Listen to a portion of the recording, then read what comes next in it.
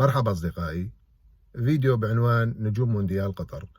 النجوم اللي متألقين في الدوريات الأوروبية وراح يشاركوا مع منتخبات في مونديال قطر 2022.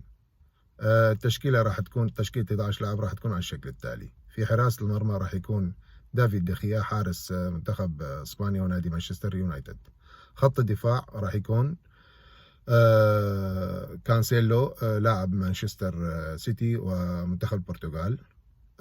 راح يكون معه ماركونيوس لاعب باريس سان جيرمان منتخب البرازيل، وفان دايك لاعب ليفربول منتخب هولندا.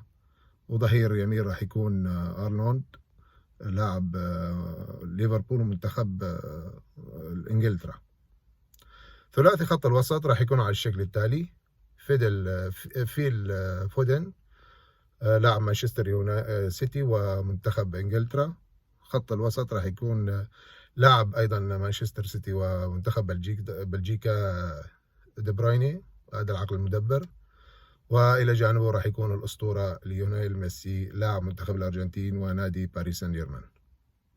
ثلاثي الهجوم راح يكون على الشكل التالي: كريستيانو رونالدو لاعب منتخب البرتغال ونادي مانشستر يونايتد.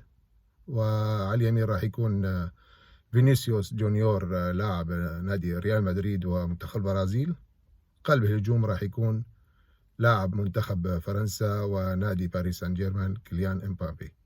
طبعا هاي انا شفتوها يعني التشكيله واللاعبين اللي عندهم جهوزيه افضل حتى يتسموا بنجوم مونديال قطر.